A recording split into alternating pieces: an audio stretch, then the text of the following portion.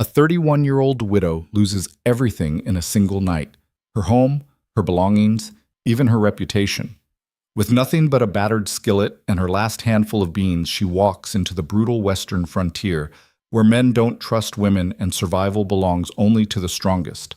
But when a raging wildfire threatens to destroy an entire ranch, it's her, not the feared owner, who takes command and saves them all. This is the story of Elena Voss, a woman fate pushed to the edge who refused to break. Stay with me until the end. Hit that like button and drop a comment telling me what city you're watching from so I can see how far this story travels. The auctioneer's hammer came down like a judge's gavel, final and unforgiving. Sold. Elena Voss stood in the doorway of what had been her home for 6 years, watching strangers cart away her life in armloads. The oak dining table her husband had promised would last generations, gone to a man in a bowler hat who didn't even look at her. The quilts she'd stitched through 3 winters, claimed by a woman who sniffed at the edges as if checking for disease. Even the cast-iron stove, still warm from yesterday's bread, rolled out on a dolly by 2 boys who laughed about something she couldn't hear. She wanted to scream. She wanted to grab the table, the quilts, the stove, and drag them back inside. But the house wasn't hers anymore either. Thomas had been dead 4 months. 4 months since the fever took him, since she'd buried him on the hill outside of town, since she'd discovered the truth he'd hidden from her. He owed money, a lot of it, to a man named Crenshaw who had the kind of smile that made her skin crawl, the kind that didn't reach his eyes. Mrs. Voss. Crenshaw appeared beside her now, that same smile plastered across his face. He wore a suit too fine for a Tuesday morning, his boots too shiny for a man who claimed to work for his living. I trust you understand this is nothing personal. Elena didn't answer. She couldn't trust her voice. Your husband made promises he couldn't keep, Crenshaw continued, tipping his hat slightly mockingly. I'm simply collecting what's owed. Business, you understand. He's dead, Elena said flatly. You're collecting from a dead man. I'm collecting from his estate, which, until this morning, included you. Crenshaw glanced at the auctioneer, who was now cataloging the bedroom furniture. You're free to go, Mrs. Voss. I suggest you do so before sundown. Wouldn't want folks thinking you're trespassing. He walked away before she could respond. Not that she had anything to say that wouldn't have ended with her in handcuffs. By noon, the house was empty. By 1, the deed had transferred. By 2, Elena was standing on the road with a canvas sack that held everything she still owned: a cotton dress, a spare pair of stockings with a hole in the heel, a wooden spoon, a dented pot, and the skillet. The skillet was heavy, iron-forged thick, and it was the only thing she'd managed to hide before the auction started. She'd buried it in the garden under the rosemary, dug it up after Crenshaw left. It wasn't much, but it was hers. She walked. The town of Grafton fell behind her, its church steeple shrinking against the sky, its voices fading into the wind. No one had offered her a place to stay. No one had even asked if she needed help. Widow or not, debt was debt, and association with it was a stain people avoided. The road stretched west, dusty and rutted from wagon wheels. The sun beat down on her bonnet, and her feet, wrapped in boots that pinched at the toes, already ached. She had no plan, no destination, just the vague, desperate idea that somewhere out here, beyond the town that had swallowed her whole, there might be a chance. By evening, she reached a settlement. It wasn't much. Maybe a dozen buildings clustered around a crossroads, a general store with a crooked sign, a saloon that smelled like stale beer and tobacco, a livery stable. She walked up to the store first. The man behind the counter looked her over with the expression of someone evaluating a horse. Help you? I'm looking for work, Elena said. Cooking, cleaning, anything. Got no work here. I'm a good cook. Said I got no work. He turned his back to her, busying himself with a ledger. She tried the saloon next. The owner, a thick-necked man with a scar running from his eyebrow to his jaw, laughed outright.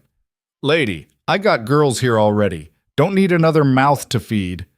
I'm not looking for that kind of work. I can cook. Then go find a ranch. We don't need you. The livery stable owner didn't even let her finish her sentence. Move along. By the time the sun started to dip, Elena had been turned away from every building in the settlement. She sat on the edge of the road, her sack beside her, and stared at the skillet in her lap. Her stomach was a tight knot of hunger. She hadn't eaten since yesterday. Across the street, a few men loitered outside the saloon, smoking and talking in low voices. One of them glanced her way, said something to his companion, and they both laughed. She didn't need to hear the words to know what they were saying. She looked down at the skillet again, then at the pot, then at the small bag of beans she'd taken from the pantry before the auction, the only food she had left. An idea formed.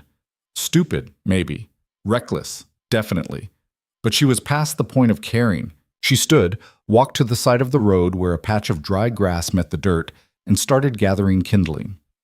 The men outside the saloon watched her, curious now. She ignored them. She built a small fire, coaxed it to life with a handful of dried leaves and a striking stone she'd kept in her pocket.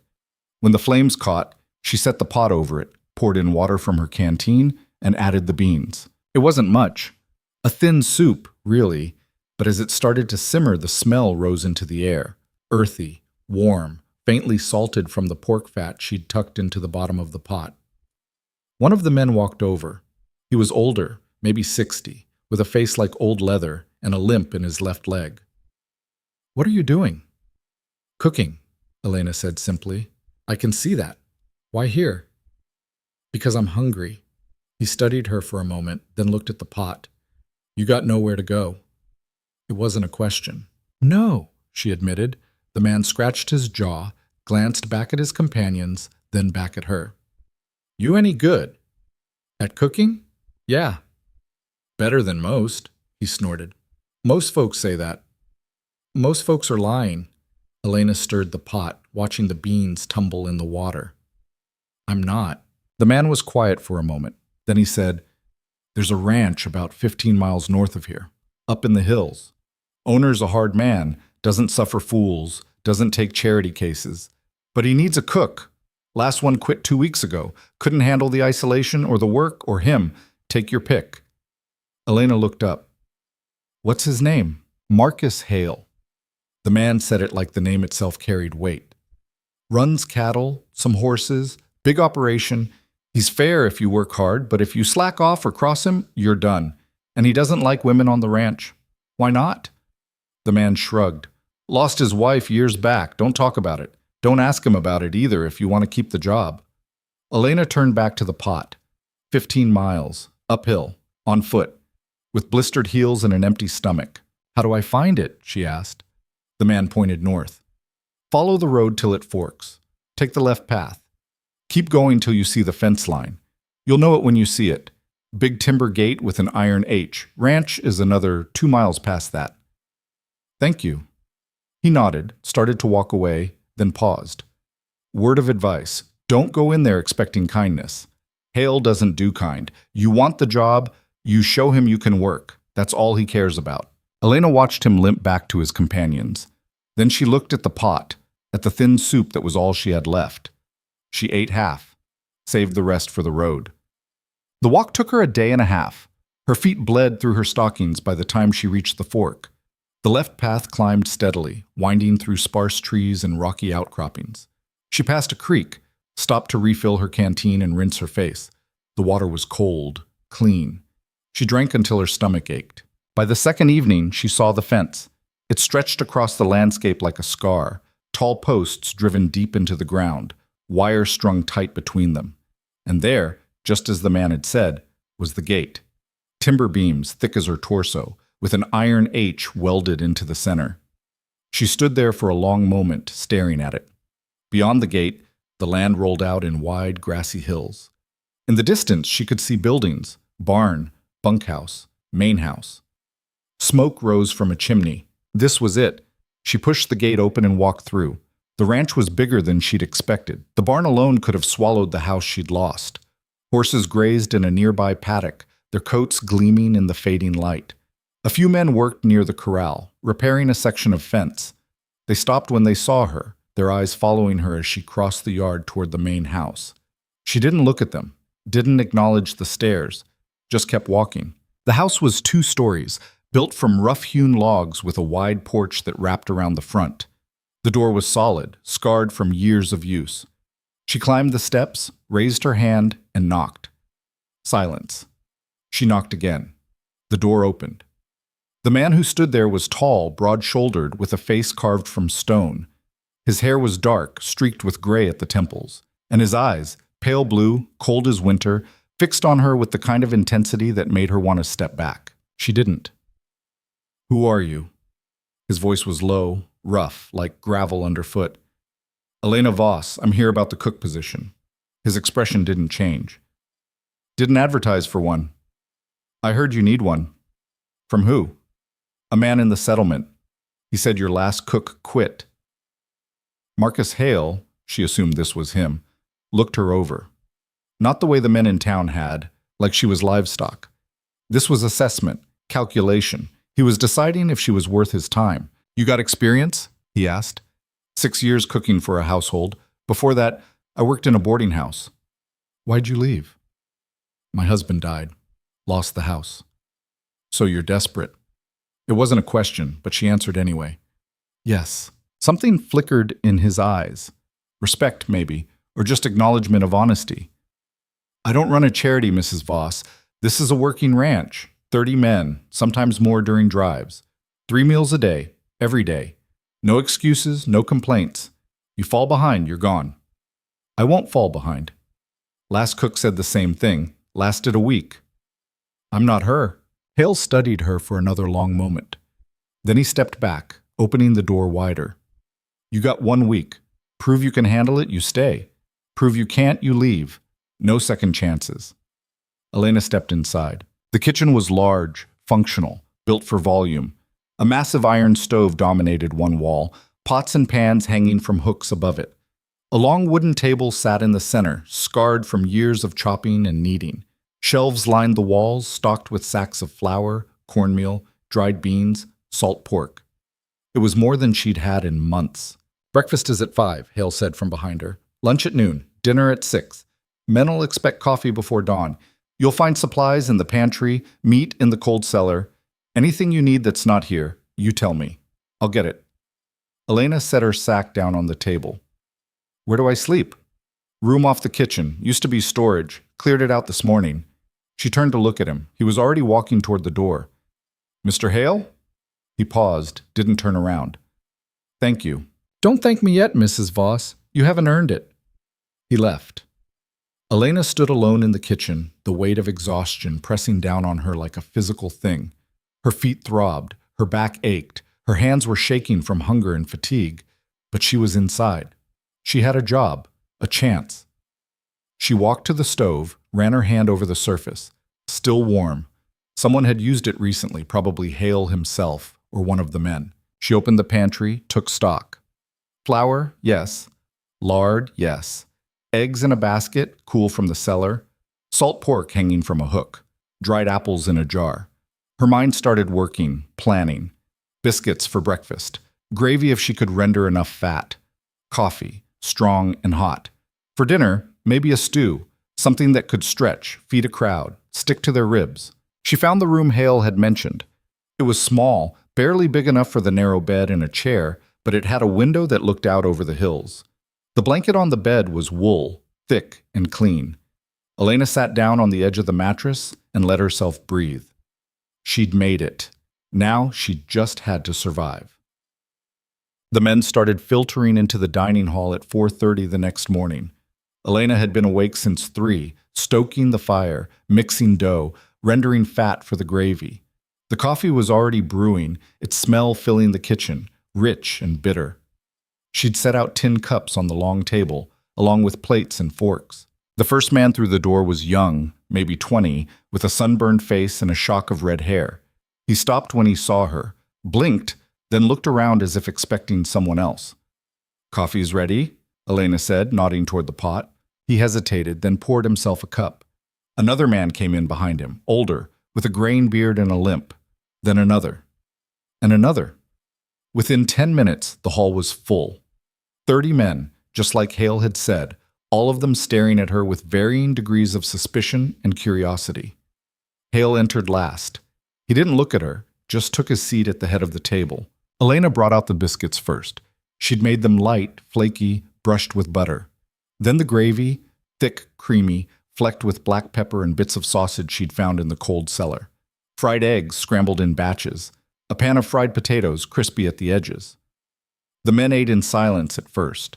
Then one of them, a lean, weathered man with a scar across his knuckles, grunted and reached for a second biscuit. "Damn," he muttered. Another man laughed. "Better than Carter's slop, that's for sure." "Carter couldn't cook to save his life," someone else said. The conversation picked up after that, the men talking among themselves, the tension easing. Elena refilled coffee cups, cleared empty plates, brought out more biscuits when the first batch disappeared. Hale didn't say a word, but when he stood to leave, he paused by the door and glanced back at her. Their eyes met. He gave a single, almost imperceptible nod. Then he was gone. The first week passed in a blur of flour and fire. Elena learned the rhythm of the ranch quickly.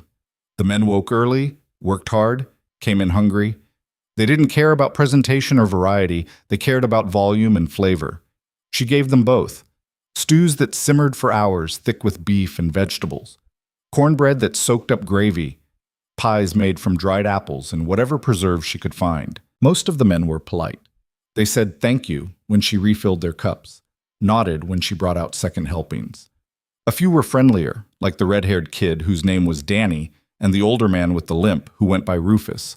But there were others who didn't hide their resentment. A man named Cade was the worst. He was broad, thick-armed, with a face that looked like it had been broken and badly set more than once.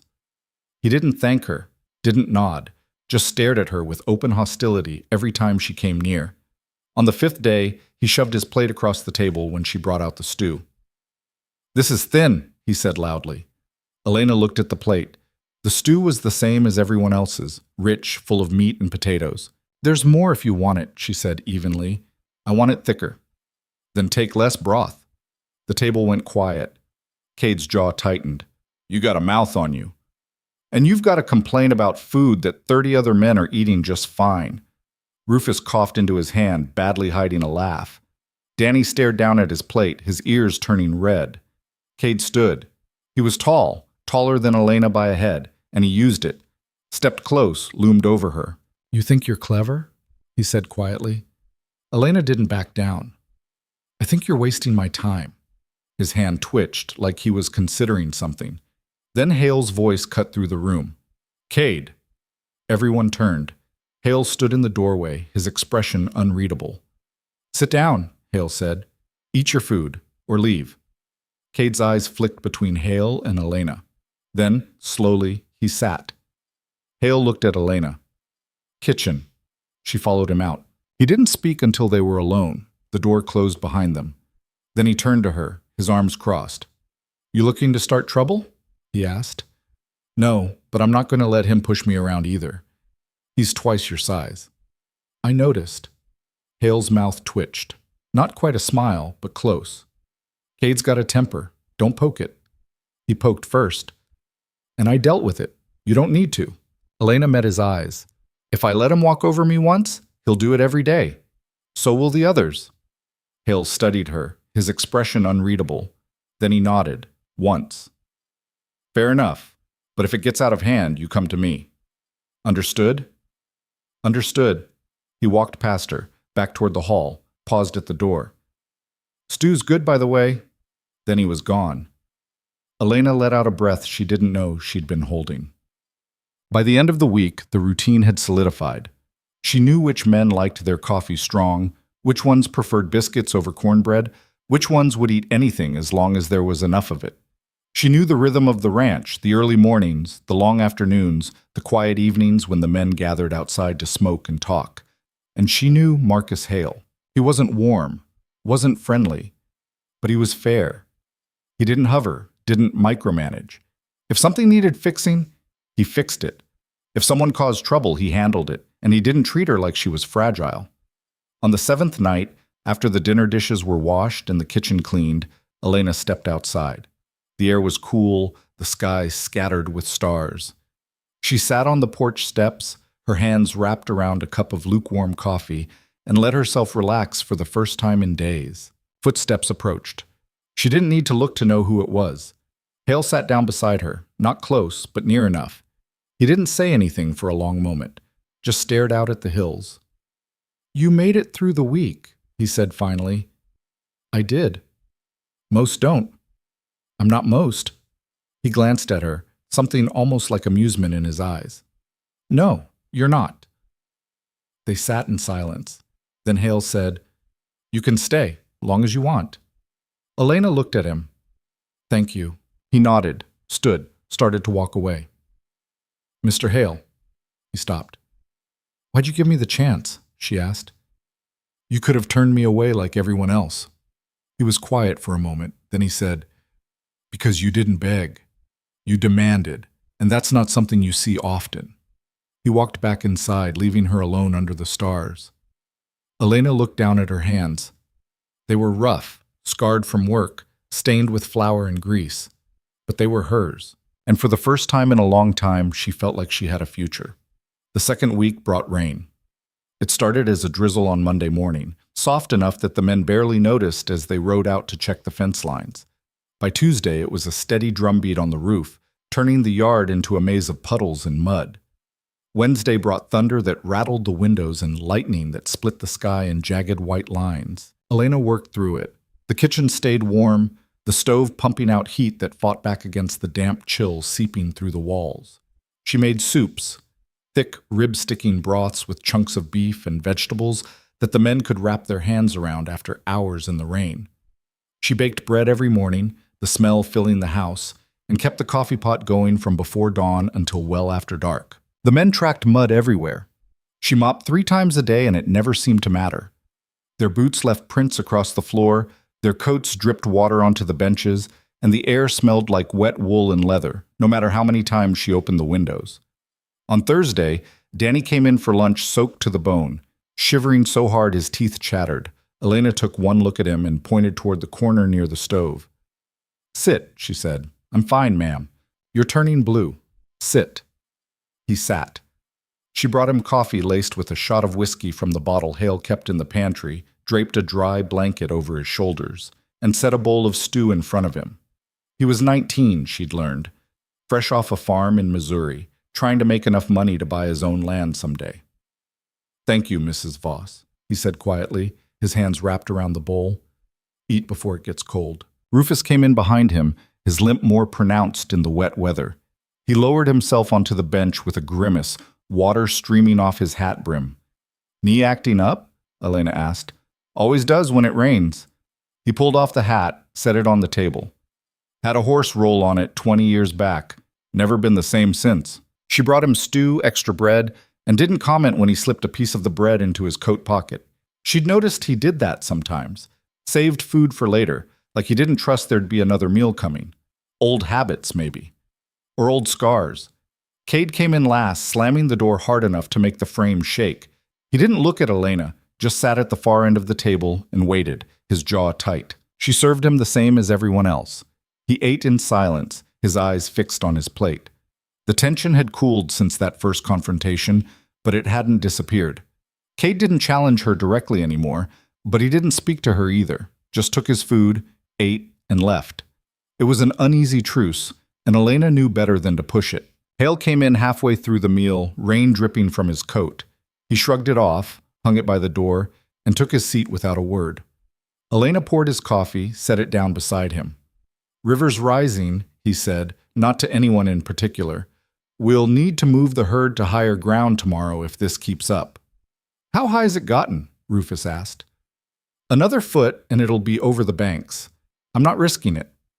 We moving them to the north pasture? Hale nodded. Get everyone ready at first light. I want them moved before noon. The men murmured agreement, the conversation shifting to logistics. How many riders? Which routes?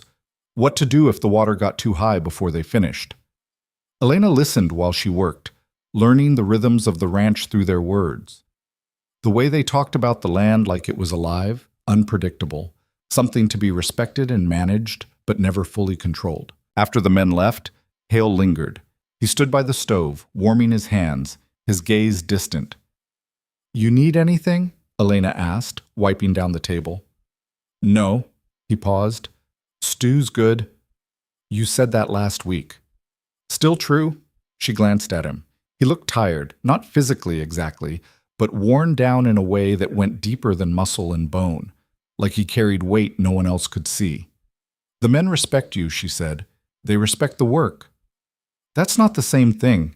Hale's mouth twitched, almost a smile. No, it's not.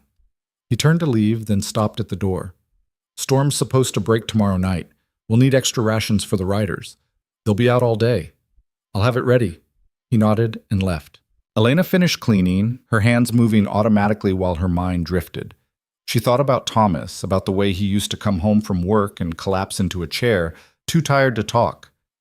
She thought he was working hard, building something for them. Turned out he'd been digging a hole. She shook the thought away. Thomas was gone. The debt was gone. The life she'd had was gone. This was what remained. A kitchen, a job, a chance. It was enough. It had to be. The rain stopped late Friday afternoon, the clouds breaking apart to reveal patches of pale blue sky.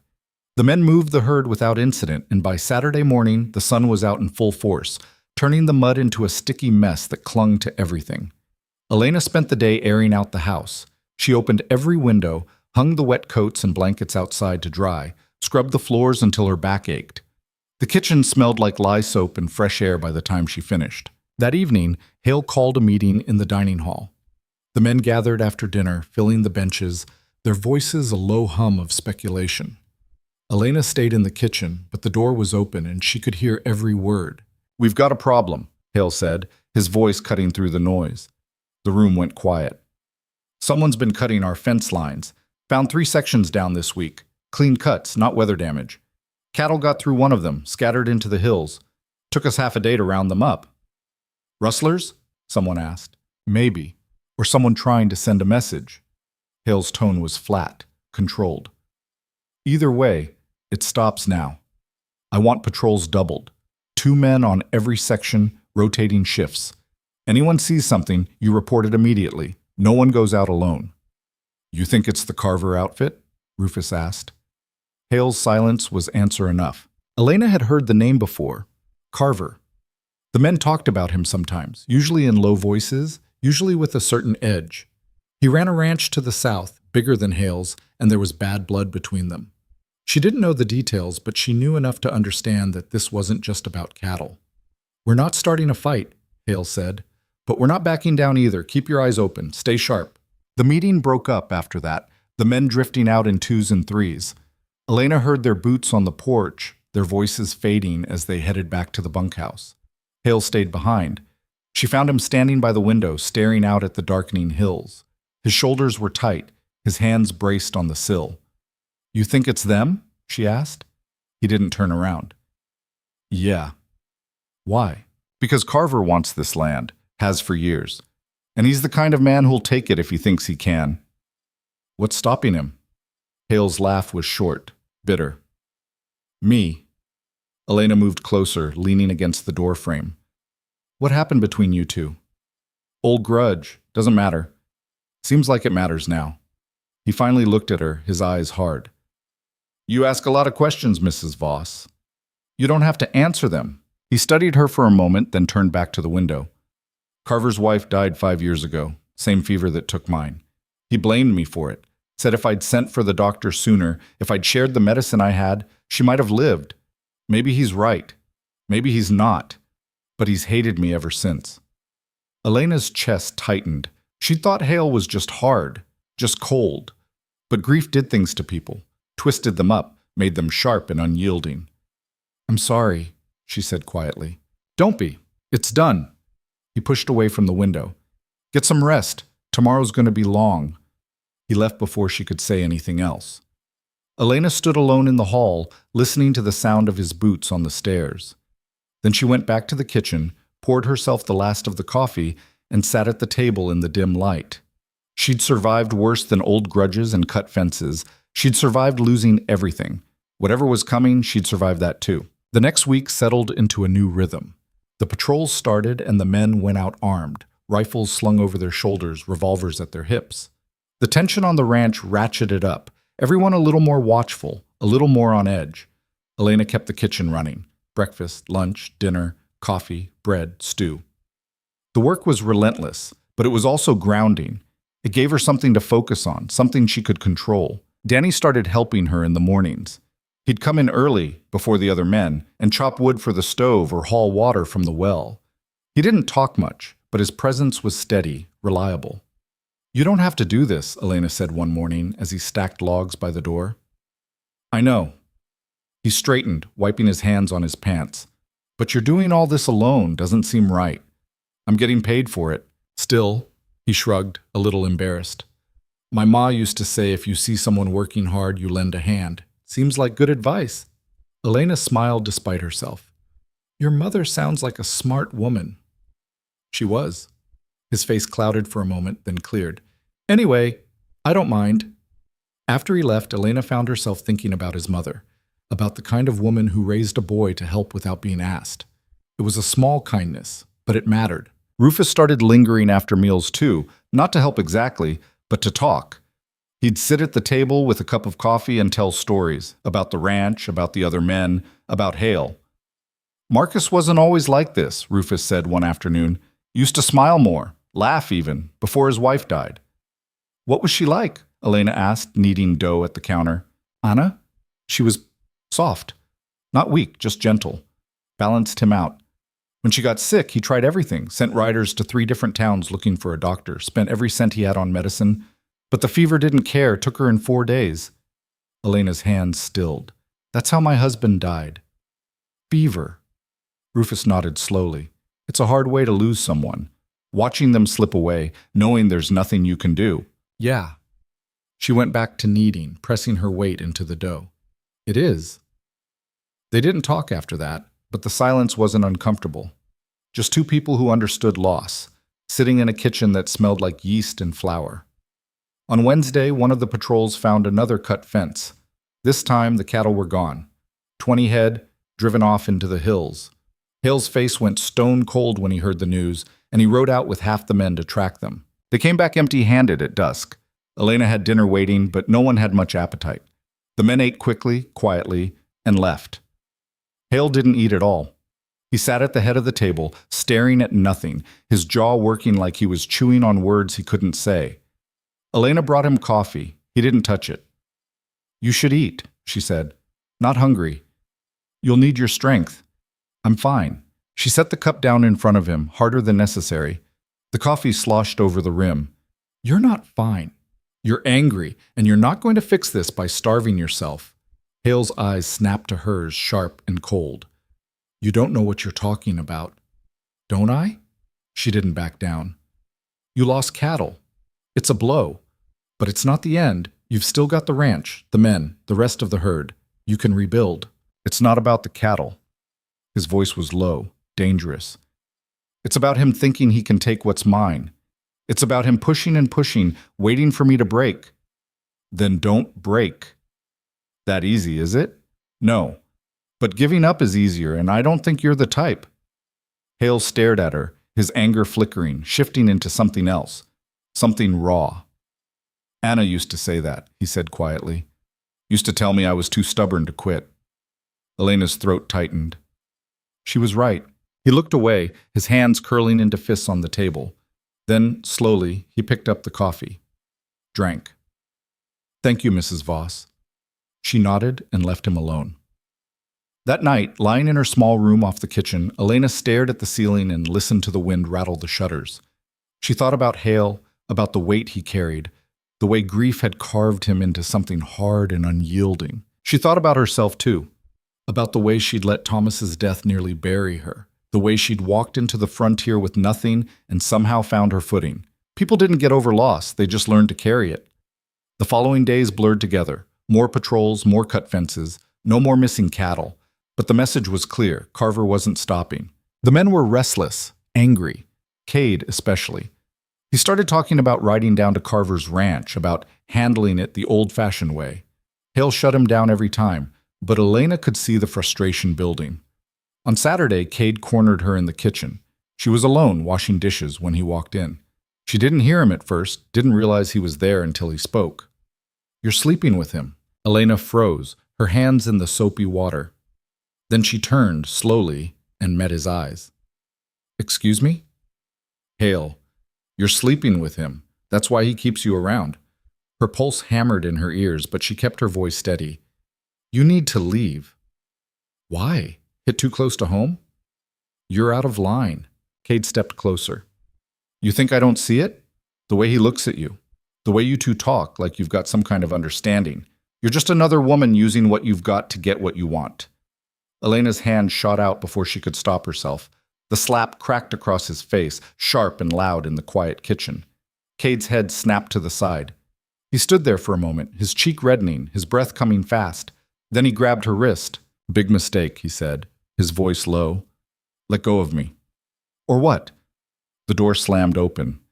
Hale stood in the doorway, his face like a thunderstorm. Let her go, he said, his voice deadly calm. Cade released her wrist, stepping back. She hit me. I don't care. You're done.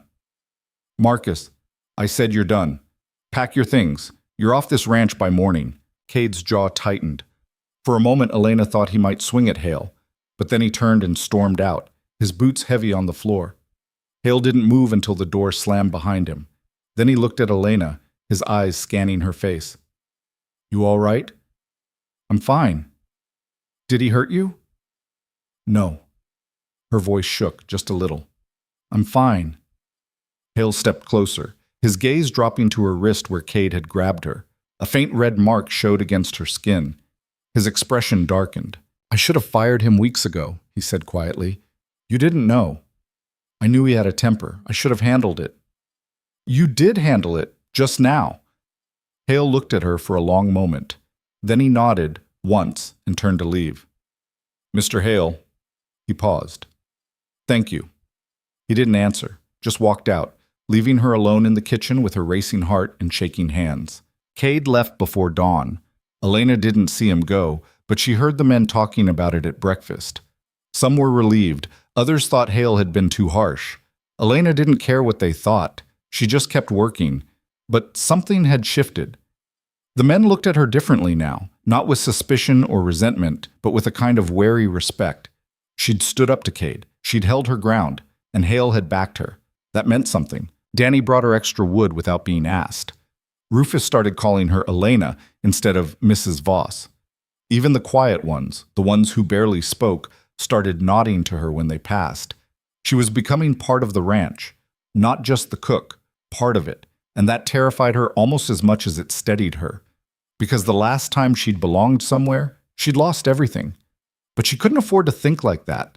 Not now, not here. So she kept her head down, kept working, and tried not to notice the way Hale watched her sometimes. Like he was trying to figure something out, like she was a puzzle he couldn't quite solve. She didn't have answers for him. She barely had answers for herself. All she knew was that she'd walked into this ranch with nothing, and now she had a place, a purpose. And she wasn't going to let anyone take it from her. The week after Cade left, the heat arrived. It came in like a wall, thick and oppressive, turning the air into something you had to push through just to move. The sky stayed clear, a hard blue dome that offered no mercy. The grass in the pastures started to brown at the edges, and the creek that ran along the western boundary dropped to a trickle. Elena worked through it, same as she worked through everything else.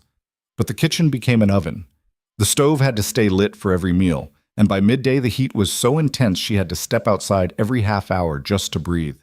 Her dresses stuck to her back with sweat. Her hair, pinned up tight, felt like it was cooking against her skull. The men suffered worse.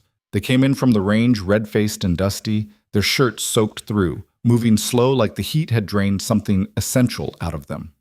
Elena started keeping pitchers of water in the cold cellar, bringing them up cool for the meals.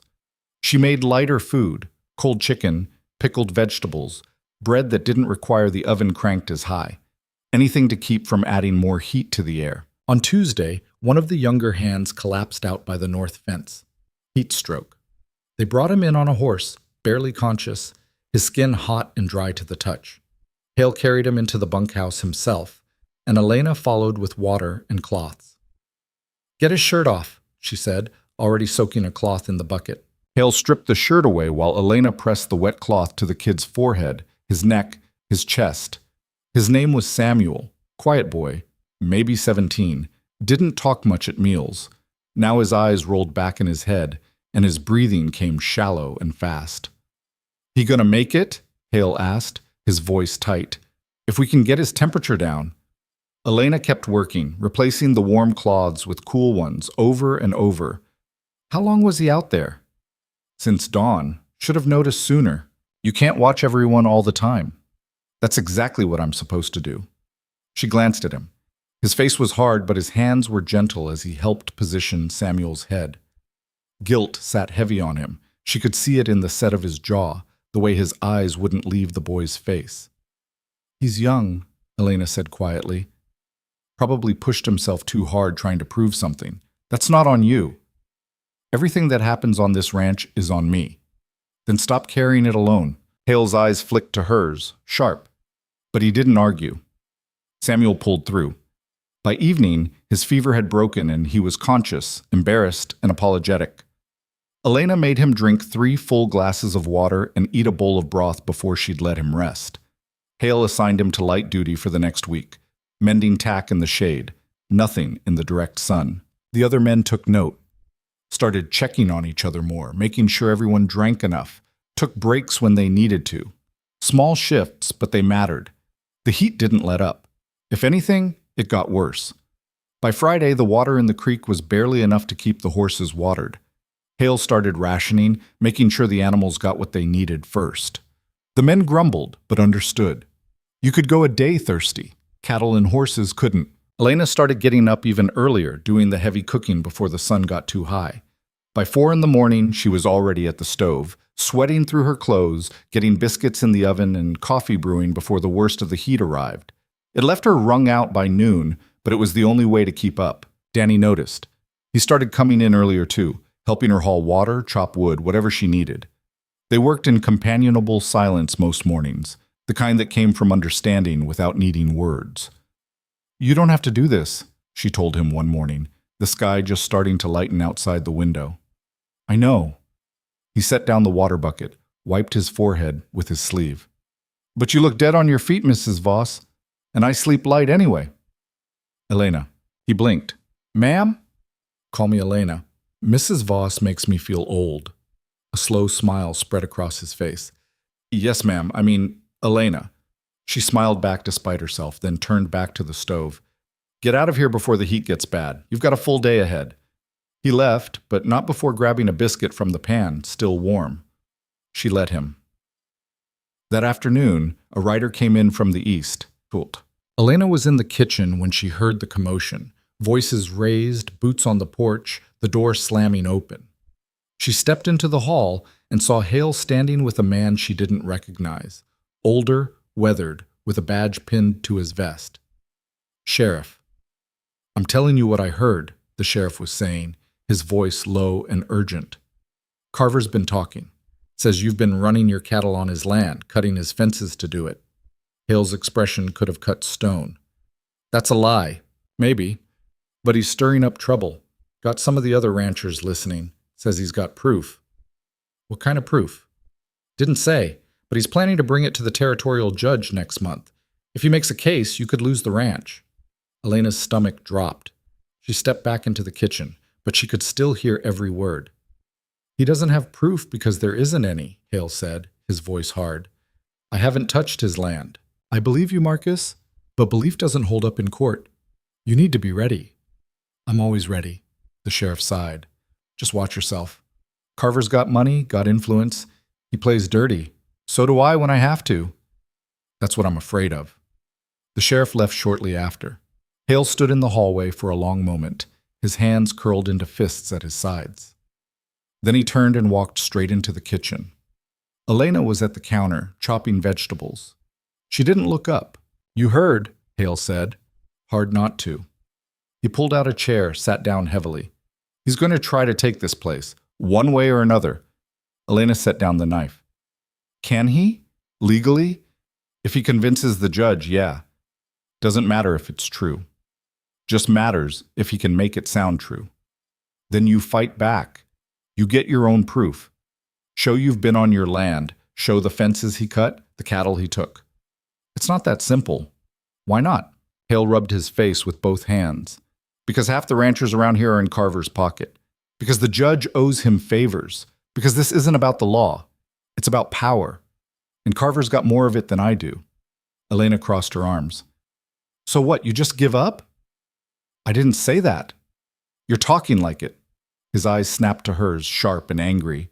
You don't know what you're talking about, don't I? She stepped closer, her own anger rising. I lost everything once. My house, my husband's debts hanging over me, people treating me like I was dirt because of something I didn't even do. You think I don't know what it's like when someone tries to take what's yours? This isn't the same. It's exactly the same. Someone's trying to break you, and you get to decide if you let them. Hale stared at her, his jaw working. Then he stood, the chair scraping loud against the floor. I'm not giving up, but I'm also not an idiot. Carver's dangerous, and if he's making moves, I need to be smart about how I respond. Then be smart, but don't be scared. I'm not scared. Good, because the men are watching, and if you fold, they'll fold too. He looked at her for a long moment, something shifting in his expression. You don't hold back, do you? Not when it matters. A ghost of a smile touched his mouth. Anna used to say the same thing. Elena's chest tightened. She'd heard him mention his wife before, but never like this. Casual, almost warm, like the memory didn't hurt quite as much as it used to. She sounds like she knew what she was talking about, Elena said quietly. She did. Hale turned toward the door, then paused. Thank you, Mrs. Voss. Elena. He glanced back, surprised. Call me Elena, she said. If we're going to fight this, we might as well be on a first-name basis. The smile came back, small but real. All right, Elena. He left, and she went back to chopping vegetables, her hands steady even though her heart was racing. The heat broke that night. Clouds rolled in from the west, dark and heavy, and by midnight the first drops of rain were falling. Elena woke to the sound of it drumming on the roof, steady and strong. She got up, went to the window, and watched the water pour down in sheets. Relief. The land needed this. The animals needed this. They all did. But relief didn't last long. By morning, the rain was still falling. By noon, it hadn't let up. By evening, the yard was a swamp and the creek had swollen into a roaring torrent. It's too much, Rufus said at dinner, staring out the window. Ground can't take it, not after all that heat. How high's the creek? Hale asked. Higher than I've seen in years. Another day like this and it'll flood the low pasture. We'll move the cattle if we have to. In this rain, we'll lose half of them in the mud. Hale's jaw tightened, but he didn't argue. He just nodded and went back to his meal, eating mechanically, his mind clearly somewhere else. The rain continued through the night. Elena lay awake listening to it, feeling the weight of water pressing down on the world outside. She thought about the creek, about the cattle, about the men who'd have to go out in this if things got worse. She thought about Carver, too. Wondered if he was sitting in his big house, dry and comfortable, planning his next move. Probably. The next morning, the rain finally stopped. But the damage was done. The creek had flooded. Water spread across the low pasture, turning it into a shallow lake. The cattle had scattered, some of them stuck in mud up to their knees. The men spent the day hauling them out, pulling them free with ropes and sheer stubbornness. Elena watched from the porch, helpless. There was nothing she could do out there. So she did what she could in the kitchen, kept food ready, kept coffee hot, kept the fire burning so the men had somewhere warm to come back to. Danny came in at midday, covered head to toe in mud, exhausted. She handed him a towel and a cup of coffee without a word. He took both, sank onto the bench, and closed his eyes. It's bad out there, he said after a moment. How bad? Lost 2 calves, drowned before we could get to them. Maybe more we haven't found yet. Elena's throat tightened. I'm sorry. Not your fault. He opened his eyes, gave her a tired smile. At least we've got hot food waiting. That's something. He finished his coffee and went back out. Elena watched him go, then turned back to the stove. She'd make stew. Something thick and hearty. Something that would stick to their ribs and give them strength for whatever came next. Because she had a feeling this was just the beginning. By evening, the men had rounded up most of the cattle. The final count showed 3 dead, 2 calves and a cow that had broken her leg in the mud and had to be put down. Hale's face was granite when he heard the numbers, but he just nodded and told the men to get cleaned up for dinner. Elena had the stew ready. She'd made enough for seconds, thirds if they needed it. The men came in quiet, bone-tired, and ate like they hadn't seen food in days. She refilled bowls without being asked, poured coffee until the pot was empty, brought out the last of the bread she'd baked that morning. No one talked much, just the sound of spoons scraping bowls, the occasional murmur of thanks. Hale ate at the head of the table, his movements slow and deliberate. When he finished, he pushed the bowl away and looked at the men. "You all did good work today," he said. His voice was rough, worn thin. "I know it was hard. I know we lost some, but we saved most of them, and that counts for something." A few of the men nodded. Danny looked up, his young face serious.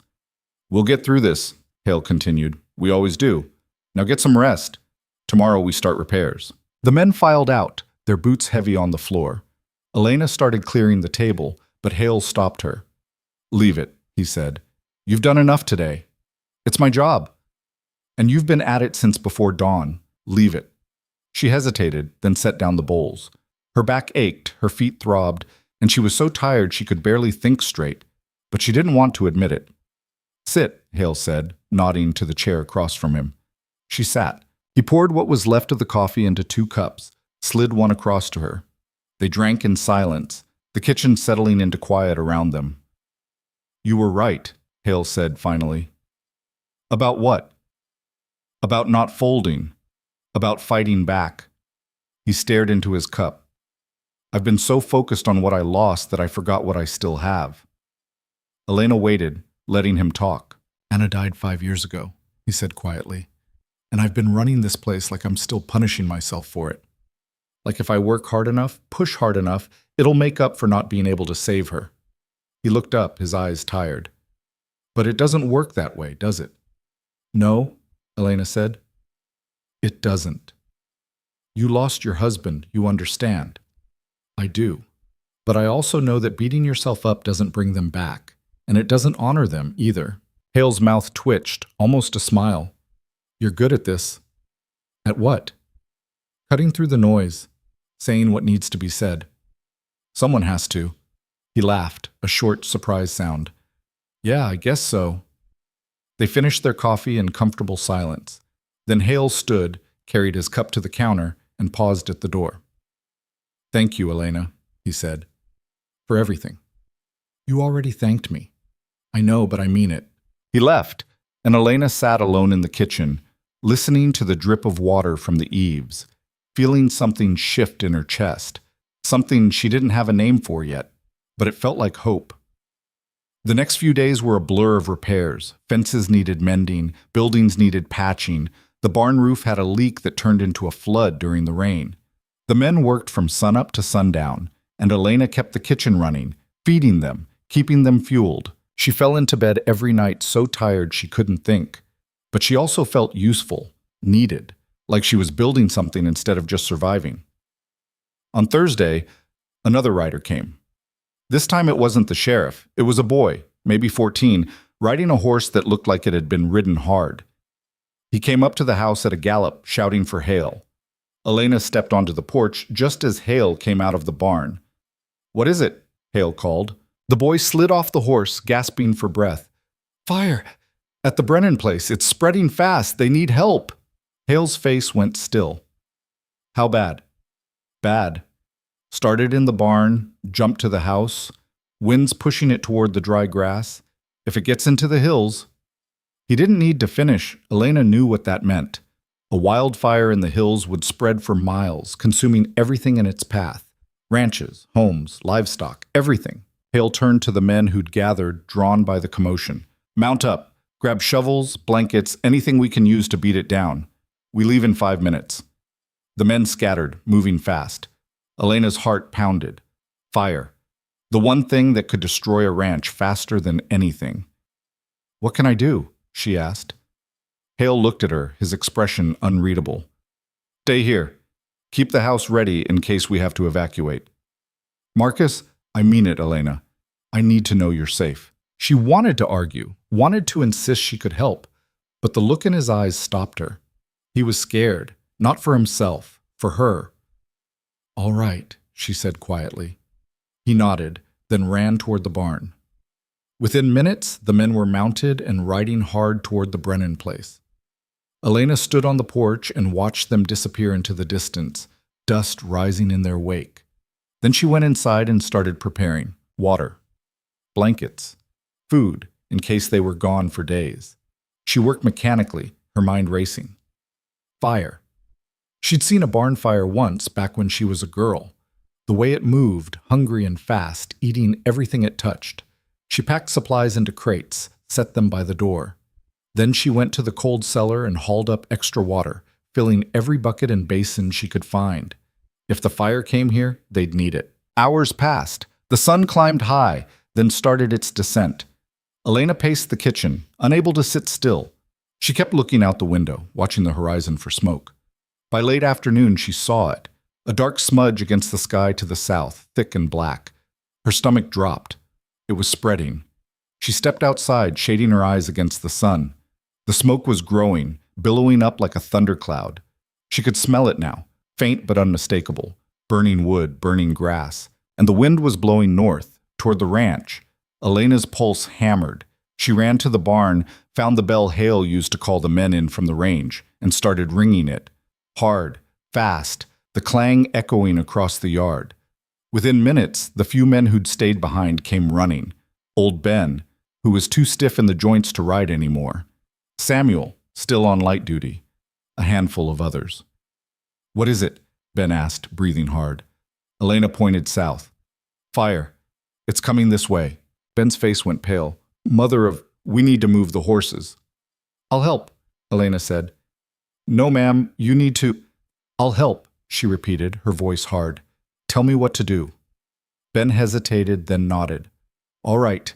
Get the horses out of the barn, lead them to the north pasture. Move fast. If the wind shifts, we won't have much time." They worked together, moving quickly but not panicking. Elena grabbed halters, led horses out one by one, her hands shaking but steady enough. The animals sensed the danger, their eyes rolling, their movements skittish. But she talked to them, low and calm, and they followed. By the time they'd moved the last horse, the smoke was closer, thick enough to sting her eyes, to catch in her throat. "What now?" Samuel asked, his voice tight with fear. Elena looked at the smoke, at the ranch buildings, at the men waiting for orders. Hale was gone. The others were fighting the fire miles away. It was just them, and the fire was coming. She made a decision. "We defend the ranch," she said. Ben stared at her. "Ma'am, we wet down the buildings, dig a fire break around the house and barn. If we can stop it from jumping, we can save this place. That's a hell of a gamble. It's the only one we've got." Ben looked at the others, then he nodded. "All right, let's move." They worked like their lives depended on it, because they did. Elena hauled buckets of water, splashing it onto the walls of the house, the barn, soaking everything she could reach. Samuel and the others grabbed shovels, digging a trench around the buildings, clearing away dry grass and debris. Ben climbed onto the roof with a wet blanket covering the shingles. The smoke grew thicker. Elena could see flames now, orange and hungry, crawling through the grass in the distance. The wind pushed it closer, faster. Her lungs burned. Her arms ached. But she didn't stop. "It's not enough," Samuel shouted. "It's coming too fast." Elena looked at the fire, at the buildings, at the men who were looking to her for answers. And then she saw it. The creek. It was still swollen from the rain, running fast and deep. If they could divert it, channel the water toward the fire. "Follow me," she yelled. She ran toward the creek, the men behind her. When she reached the bank, she grabbed a shovel and started digging, cutting into the soft earth, widening the channel. "Help me," she shouted. "We need to flood the ground between here and the fire." They understood. They dug, all of them, tearing into the earth, redirecting the water. It spilled out, spreading across the dry ground, soaking into the soil. The fire hit the wet earth and slowed. Not stopped, but slowed. "Keep going," Elena yelled. They dug until their hands bled, until the water was flowing in a wide sheet between the ranch and the flames, until the fire, starved of fuel, started to die back. And then, finally, the wind shifted. The flames turned south, away from the ranch, chasing dry grass in another direction. Elena collapsed onto the ground, gasping for breath. Her clothes were soaked, her face streaked with soot and sweat. Her hands shook, but the ranch was standing. Ben sank down beside her, laughing breathlessly. I'll be damned. That actually worked. Did you doubt me? Elena asked, her voice hoarse. A little, yeah. She laughed, and it came out half sob. Me too. They sat there together, watching the smoke drift away, until the sun set and the sky turned red. When Hale and the others rode back in just after midnight, the ranch was still standing. Elena heard the horses before she saw them, hoofbeats in the dark, tired and slow. She stepped onto the porch, her body aching from head to foot, and watched the riders emerge from the shadows. They were covered in soot, their faces blackened, their clothes singed and torn. Hale dismounted first, his movements stiff, and stopped dead when he saw the house. Intact. Wet, but intact. His eyes found Elena on the porch. For a long moment, he just stared at her, like he couldn't quite believe what he was seeing. Then he crossed the yard in long strides, took the steps 2 at a time, and stopped just in front of her. What did you do? His voice was rough, scraped raw from smoke. We saved it, Elena said simply. How? Diverted the creek, flooded the ground between here and the fire, slowed it down enough for the wind to shift. Hale looked past her at Ben and the others, who were leaning against the porch railing, exhausted. That was her idea? Ben nodded. Yes, sir. Wouldn't have thought of it myself. Hale turned back to Elena. Something moved behind his eyes. Shock, maybe, or gratitude, or something deeper she couldn't name. You could have evacuated. Should have. And let it burn? Elena shook her head. No. You could have died. So could you, but you went anyway. His jaw tightened. Then, without warning, he pulled her into a brief, hard embrace. It lasted only a second, just long enough for her to feel the tremor in his arms, the exhaustion in his frame. Then he stepped back, his expression carefully neutral again. Thank you, he said quietly. Elena nodded, her throat too tight to speak. The men dismounted slowly, moving like old men, every muscle protesting. Rufus limped worse than usual. Danny's face was gray with fatigue. Even the horses looked wrung out, their heads hanging low. Get them watered and fed, Hale told the men who'd stayed behind. Then get yourselves cleaned up and in bed. We'll deal with the rest tomorrow. The men obeyed without question.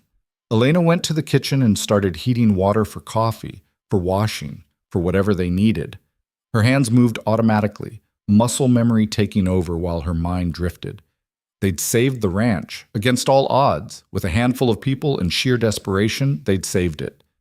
But the night wasn't over yet. Hale came into the kitchen an hour later, after the men had dispersed. He'd washed his face and hands, but his clothes were still filthy, and exhaustion lined every inch of him. He sat down heavily at the table, and Elena set a cup of coffee in front of him without a word. He drank half of it before he spoke. The Brennan place is gone. House, barn, everything. They got the family out, but that's all. Elena's stomach turned. Are they all right? Alive? That's about all you can say. He stared into his cup. Fire jumped 3 other properties before we got it contained. Carver's place was one of them. She looked up sharply. Was it bad? Lost his southern pasture, some outbuildings. Not as bad as Brennan, but bad enough. Hale's mouth twisted. He'll blame me for it somehow. Find a way to make it my fault. Can he? He'll try. Elena sat down across from him. You can't control a wildfire. Doesn't matter. He wants this ranch, and he'll use anything he can to get it. Hale rubbed his face with both hands. I'm tired, Elena. I'm tired of fighting him. Tired of waiting for the next move. Tired of all of it. You're just tired, she said. You'll feel different in the morning? Will I? Yes. Because you're stubborn. And you don't quit. He looked at her, something softening in his expression. You sound pretty sure of that. I am. They sat in silence for a moment. Then Hale said, Why'd you do it? Risk your life for this place. Elena thought about it. About the ranch. The men. The kitchen that had become hers. About the feeling of having a purpose again. Of being needed. Of building instead of just surviving. Because it's worth saving, she said finally. And because I didn't have anywhere else to go. That's not true anymore. She met his eyes. What do you mean? You could leave. Tomorrow? Next week? Whenever. You've got skills, experience. Any ranch between here and the coast would hire you. He paused. But you stay. Is that a problem? No, I just want to know why. Elena looked down at her hands, rough and scarred from work. Because I'm tired of running, tired of losing everything and starting over somewhere new. I want to stay somewhere, build something, make it last. And you think this place can be that? I don't know, but I'd like to find out. Hale nodded slowly. Then we'll make sure it lasts. He stood, drained the last of his coffee, and headed for the door. Paused with his hand on the frame. Get some rest, Elena. You earned it. Then he was gone, and she was alone in the kitchen with the smell of smoke still clinging to everything. She didn't sleep much that night. Every time she closed her eyes, she saw flames, felt the heat, the terror, the desperate scramble to save what they could. Her body ached in places she didn't know could ache, and her hands were blistered from the shovel. But they'd won. For now. Morning came too soon. Elena dragged herself out of bed before dawn, same as always, and got the stove going. The men would need food, and she'd be damned if she let exhaustion stop her from doing her job. She was rolling out biscuit dough when Danny came in, moving slow and wincing with every step. You should still be in bed, Elena said. So should you. He poured himself coffee, sat down gingerly.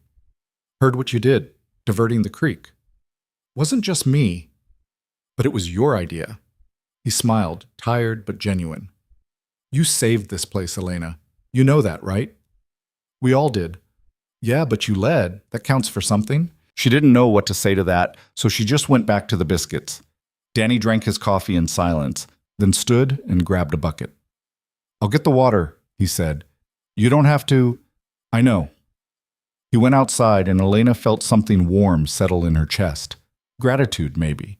Or just the simple comfort of not being alone. The day passed in a haze. The men moved slower than usual, everyone feeling the effects of the fire. But work didn't stop, couldn't stop. There were still animals to feed, fences to check, a ranch to run. Hale spent most of the day riding the property, assessing damage, making sure the fire hadn't weakened anything critical. When he came back for dinner, his face was grim. We lost some fence on the western edge, he told the men. Burned clean through. Need to rebuild it before the cattle wander. How much? Rufus asked. Couple 100 yards. Groans around the table. That was days of work. Hard work. In the heat. We'll start tomorrow, Hale said. Rotation shifts. No one works more than half a day in the sun. The men nodded, grateful. Elena refilled coffee cups and listened, learning the rhythms of recovery. How you picked up after disaster, piece by piece, and kept moving forward. That night, after the dishes were done and the kitchen cleaned, Elena stepped outside to get some air. The sky was clear, stars scattered thick across the black. The smell of smoke still lingered, but fainter now, fading. She heard footsteps and turned. Hale came around the corner of the house, hands in his pockets. Can't sleep? He asked. Too much on my mind. Yeah, me too. He leaned against the porch railing, looking out at the hills. I keep thinking about Brennan. Everything he built, just gone. Years of work, wiped out in a few hours. But his family's alive. That's what I keep telling myself. Doesn't make it easier to stomach. Elena joined him at the railing. You'll help him rebuild. That's what people do out here, right? Help each other. Some do. Others see it as weakness. Hale's voice was bitter. Carver won't help. He'll probably try to buy Brennan's land for half what it's worth, claim he's doing him a favor. And will Brennan sell? He might have to. Can't rebuild without money, and insurance doesn't cover much out here. Elena was quiet for a moment.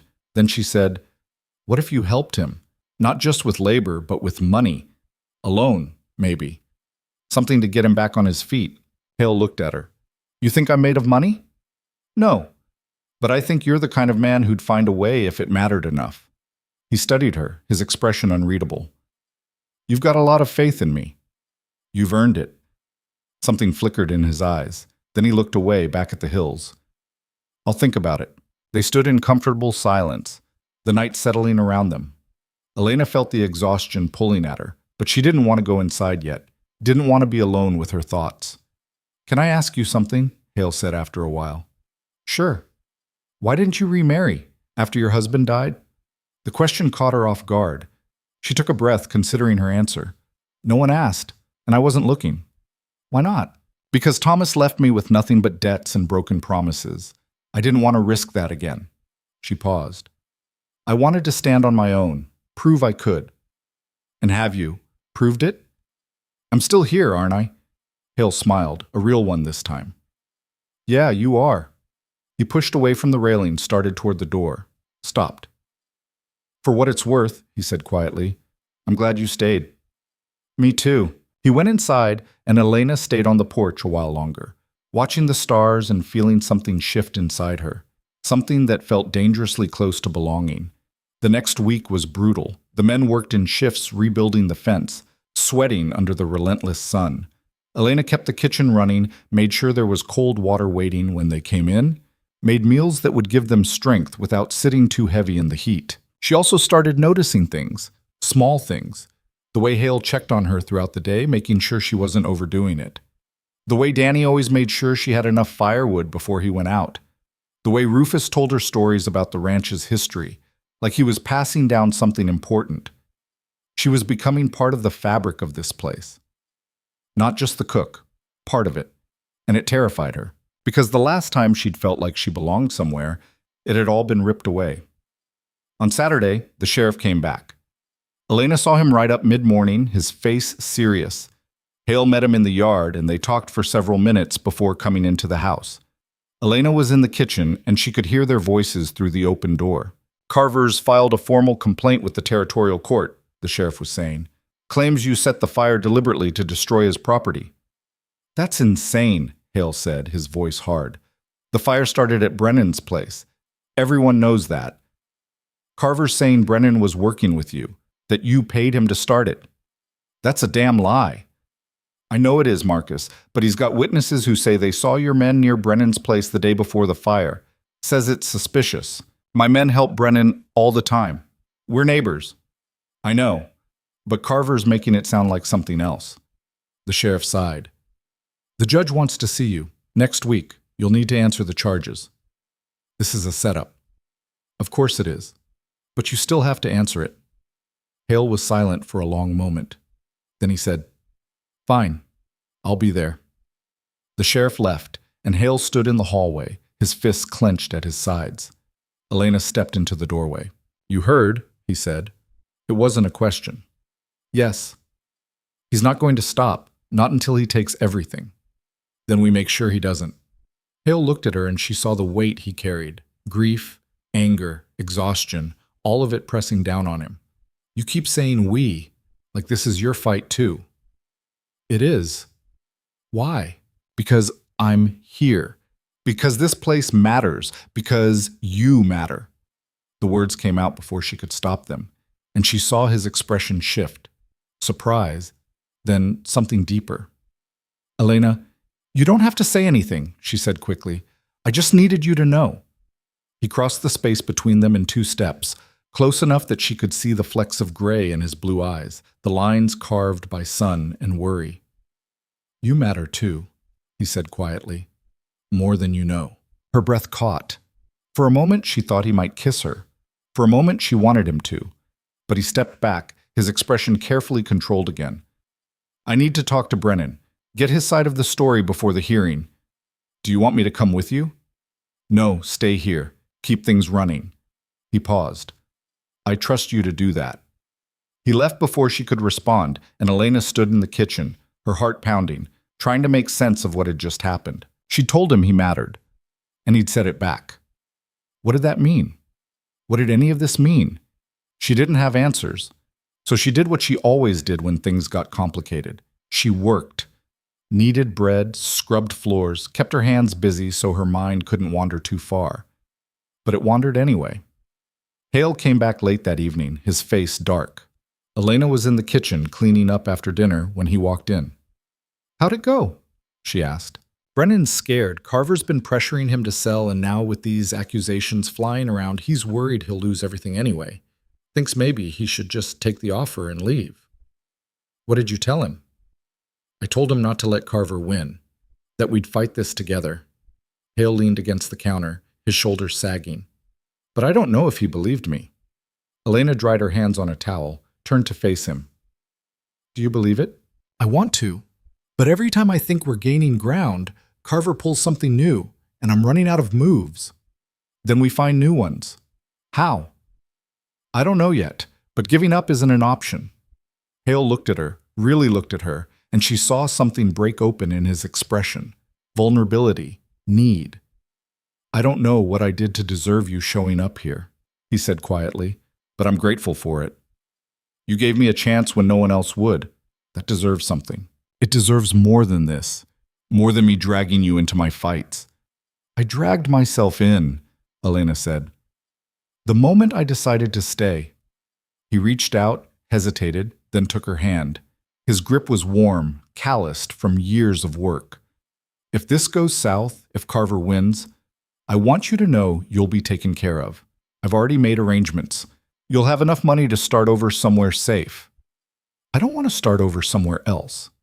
You might not have a choice. There's always a choice. She squeezed his hand.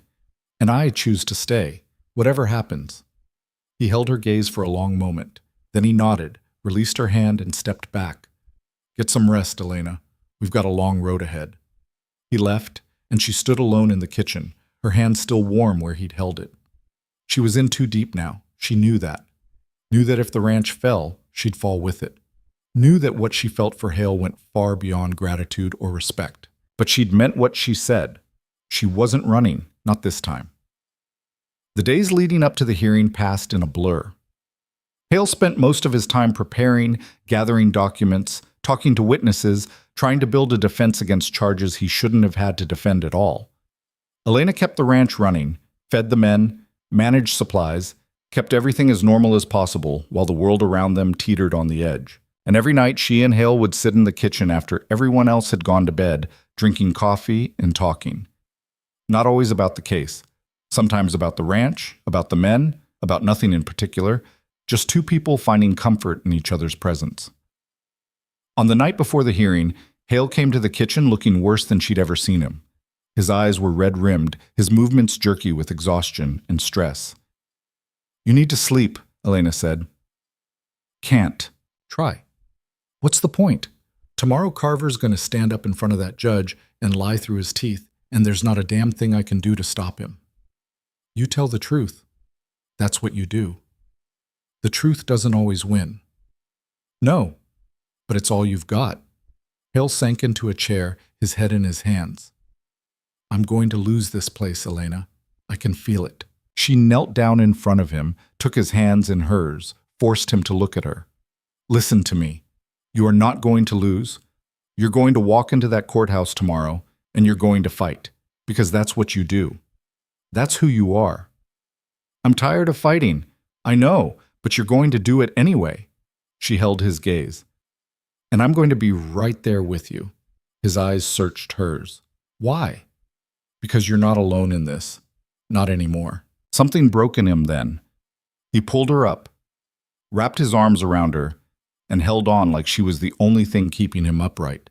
Elena held him back, feeling the tremor in his shoulders, the weight of everything he'd been carrying. Thank you, he whispered into her hair. You've already thanked me. I know, but I mean it. Every time. They stood there for a long moment, wrapped in each other, finding strength in the quiet. Then Hale pulled back, his hands on her shoulders. If things go wrong tomorrow, they won't.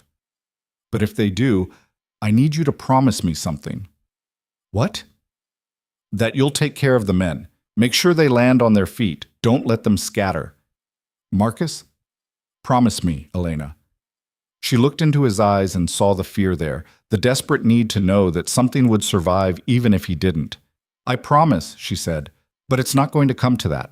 He nodded, not quite believing her, but grateful for the words anyway. That night, Elena barely slept. She lay in her small room, staring at the ceiling, thinking about the hearing, about Carver, about everything they stood to lose. And she thought about Hale, about the way he'd held her, like she mattered, like she was worth holding on to. She'd come to this ranch with nothing, and now she had everything. She wasn't going to let anyone take it away. The courthouse stood at the center of town, a 2-story brick building with tall windows and a bell tower that had seen better days. Elena rode in with Hale at dawn, the wagon rattling over the rutted road, neither of them speaking much. The sky was pale gray, the sun just starting to burn through the morning haze. Hale's face was set, his jaw tight, his hands gripping the reins harder than necessary. Elena sat beside him in the only good dress she owned, plain cotton, dark blue, mended at the hem, but clean. She'd pinned her hair up carefully, trying to look respectable, trying to look like someone whose word meant something. When they arrived, a small crowd had already gathered outside. Ranchers, townspeople, curious onlookers drawn by the promise of conflict. Elena recognized a few faces from her early days in the settlement, the store owner who'd turned her away, the saloon keeper who'd laughed at her. They didn't recognize her now, or if they did, they didn't show it. Carver was already there. He stood on the courthouse steps, talking to a man in a fine suit, his lawyer, Elena guessed. Carver himself was tall, broad-shouldered, dressed like money in a tailored jacket and polished boots. His hair was silver at the temples, his face weathered but handsome in a hard sort of way. He looked like a man who'd won more fights than he'd lost. When he saw Hale, his mouth curved into a smile that didn't reach his eyes. "Marcus," he called out, loud enough for everyone to hear. "Good of you to show up. Thought maybe you'd run." Hale climbed down from the wagon, his movements deliberate. "I don't run, Carver. You know that." "We'll see." Carver's gaze shifted to Elena, looking her up and down with the kind of assessment that made her skin crawl. "Brought your cook, I see. Hoping she'll sway the judge with a hot meal? Hoping the truth will sway him," Hale said evenly. "But I know that's a foreign concept to you." Carver's smile hardened. "Careful, Marcus. You're already on thin ice. Wouldn't want to make things worse." Hale started to respond, but Elena touched his arm lightly. He glanced at her, saw the warning in her eyes, and stopped. Took a breath. "Let's just get this over with," he said. They walked into the courthouse together, and the crowd followed, filling the benches in the courtroom like it was Sunday service. The room smelled like old wood and dust, and the air was stifling even with the windows open. The judge arrived 10 minutes later, a heavy-set man with a gray beard and eyes that looked permanently tired. He took his seat at the bench, banged his gavel once, and the room fell silent. "We're here for the matter of Carver versus Hale," the judge said, his voice flat. "Mr. Carver has filed a complaint alleging that Mr. Hale deliberately caused property damage through arson. Mr. Hale denies these charges. We'll hear both sides and render a decision. Mr. Carver, you may begin." Carver's lawyer stood, a thin man with sharp features and a voice like oil. "Your Honor, the evidence is clear. The fire that destroyed my client's property originated on land adjacent to Mr. Hale's ranch. Witnesses placed Mr. Hale's men in the area the day before the fire started. Furthermore, Mr. Hale has a well-documented history of animosity toward my client, stemming from personal grievances that have nothing to do with legitimate business disputes." He went on like that for 20 minutes, painting Hale as a vindictive man driven by old grudges, willing to destroy his neighbor's property out of spite. He called witnesses, men Elena didn't recognize, men who claimed they'd seen Hale's riders near Brennan's place, men who swore they'd heard Hale threaten Carver in town. It was all lies or half-truths twisted until they looked like something else. But the lawyer delivered it smoothly, confidently, like he had all the facts on his side. When he finished, the judge looked at Hale. "Your response, Mr. Hale?" Hale stood. He didn't have a lawyer, couldn't afford one, just himself and the truth. "Your Honor, I didn't set that fire. It started at the Brennan place, miles from my land. My men were there the day before because we helped the Brennans. We've been neighbors for 15 years. That's what neighbors do. They help each other." His voice was steady, but Elena could hear the strain underneath. "As for my history with Mr. Carver, yes, we've had our differences. But I've never threatened him, and I've certainly never destroyed his property. This whole case is a fabrication designed to take my ranch." "Do you have witnesses to support your claim?" the judge asked. "Yes, sir. Will Brennan can confirm that my men were helping him with fence repairs, and I have my ranch hands who can testify to where they were the day the fire started." The judge nodded. "Call your witnesses." Hale called Brennan first. The man came forward reluctantly, his face pale, his hands shaking. He looked like he hadn't slept in days. "Mr. Brennan," Hale said, "were my men at your place the day before the fire?" "Yes." Brennan's voice was barely audible. "Why were they there?" "Helping with repairs, like you said." "And did you see anyone else around your property that day? Anyone who might have started the fire?" Brennan hesitated. His eyes flicked to Carver, then back to Hale. I don't know. You don't know? Or you don't want to say? I don't know, Brennan repeated, his voice firmer now. But Elena could see the lie in the way he wouldn't meet Hale's eyes. Carver had gotten to him, threatened him, bribed him, or both. Hale's jaw tightened, but he nodded. Thank you, Mr. Brennan. Brennan practically ran back to his seat. Hale called Danny next, then Rufus, then two others. They all told the same story. They'd been at the ranch the day the fire started, working on fence repairs miles away from Brennan's place. None of them had seen anything suspicious. It should have been enough. But Elena could see the doubt in the judge's face, could feel the tide turning against them. When Hale's last witness finished, Carver's lawyer stood again. Your Honor, Mr. Hale's witnesses are his own employees. Of course they'll say whatever he tells them to say. We need independent corroboration, and we don't have it. What we do have is clear evidence of motive, opportunity, and suspicious behavior. I move that you find in favor of my client. The judge leaned back in his chair, stroking his beard. This is a serious accusation, and the evidence is largely circumstantial. However, Elena stood. Every head in the room turned toward her. The judge frowned. Ma'am, this is not the time for... I have information relevant to this case, Elena said, her voice loud and clear.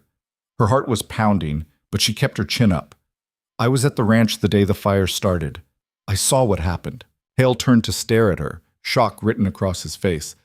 Elena, what are you... Your Honor, she continued, ignoring Hale. I can provide testimony that proves Mr. Hale had nothing to do with that fire. The judge studied her for a long moment. Then he nodded. Approach the bench. Elena walked forward, her legs steadier than she expected. She could feel the weight of every eye in the room, but she focused on the judge.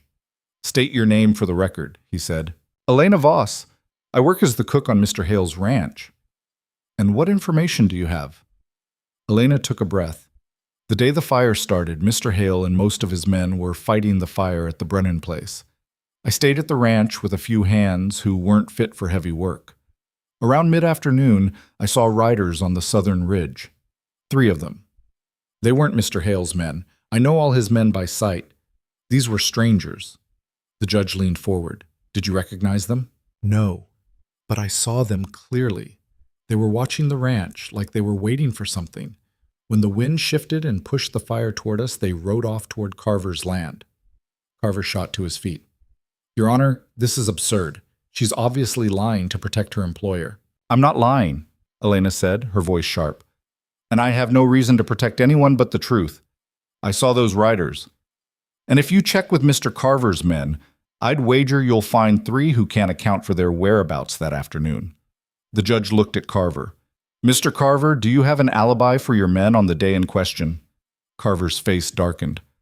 My men were on my property, doing their jobs. Can you prove that? I shouldn't have to. This woman's testimony is under oath, the judge interrupted. Same as everyone else's. And unless you can disprove what she's saying, I'm inclined to give it weight. Carver's lawyer jumped in. Your Honor, Mrs. Voss is clearly biased. She works for Mr. Hale. Her testimony should be dismissed. So should the testimony of your witnesses, by that logic, the judge said dryly. They work for Mr. Carver, or have business dealings with him. Everyone in this room is biased one way or another. He looked at Elena. Mrs. Voss, you're willing to swear to what you've said? Yes, Your Honor. And you understand that lying under oath is a criminal offense? I understand, and I'm not lying. The judge nodded slowly. Then he turned to Carver. Mr. Carver, I'm going to ask you directly. Did you send men to Mr. Hale's ranch the day of the fire? Absolutely not. Can you provide witnesses to verify the location of your men that day? Carver hesitated, just for a second. But it was enough. I don't have to prove my innocence, he said. Hale's the one on trial here. Actually, Mr. Carver, this is a civil complaint, not a criminal trial. And the burden of proof is on you. The judge straightened in his chair. Based on the testimony I've heard, I find insufficient evidence to support your claim. Mrs. Voss's account introduces reasonable doubt, and without corroboration of your accusations, I cannot rule in your favor. Case dismissed. The gavel came down with a sharp crack. For a moment, the room was silent. Then it erupted. Carver's face went red with fury. His lawyer started arguing, but the judge waved him off. My decision is final. You're free to appeal if you wish, but I suggest you spend your time finding actual evidence instead of wasting this court's time with speculation. Hale turned to Elena, his eyes wide. What did you just do? Told the truth. You could have... Carver's going to come after you now. You know that, right? Let him try. Hale pulled her into a quick, fierce embrace right there in the middle of the courtroom. You're either the bravest woman I've ever met or the most reckless. Can I be both?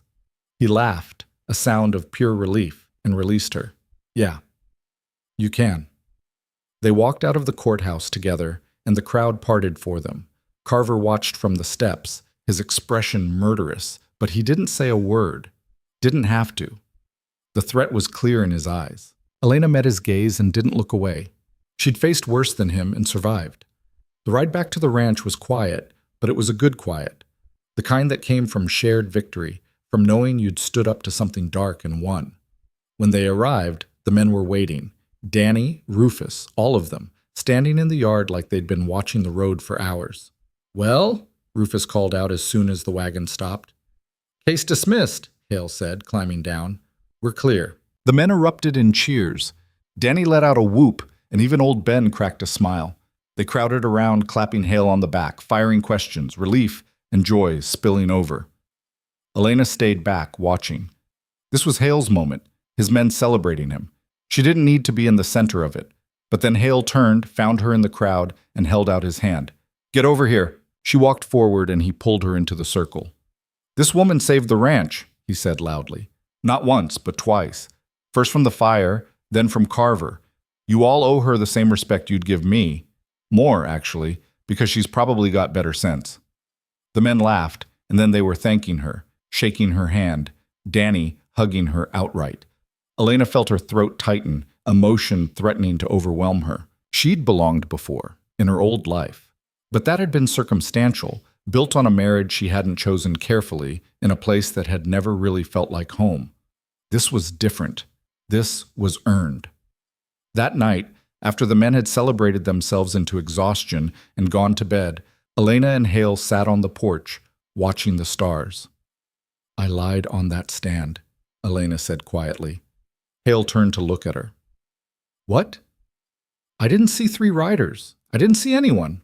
His face went very still. Then why? Because I knew Carver was behind it. I could see it in the way Brennan acted, in the way the whole thing was orchestrated, and I knew the only way to stop him was to introduce doubt. She looked at Hale. So I lied. Hale was quiet for a long moment. Then he said, You risked perjury charges for me. For the ranch, for the men, for all of it.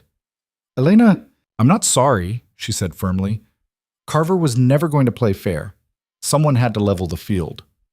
Hale shook his head slowly, something like awe in his expression. You're terrifying, you know that? Good. Maybe Carver will think twice before coming after us again. He will come after us, just differently now. Then we'll handle it differently. Hale reached over, took her hand. This time, he didn't let go. I meant what I said earlier. You saved this place. I don't know how to repay that. You already did. You gave me a job when no one else would. You trusted me. That's more than repayment. It's not enough. It's everything. They sat in silence, hands joined, the night settling around them. Then Hale said, Stay. Elena looked at him. I already said I would. No, I mean... He hesitated, struggling for words. Stay. Not as the cook. As my partner. Help me run this place.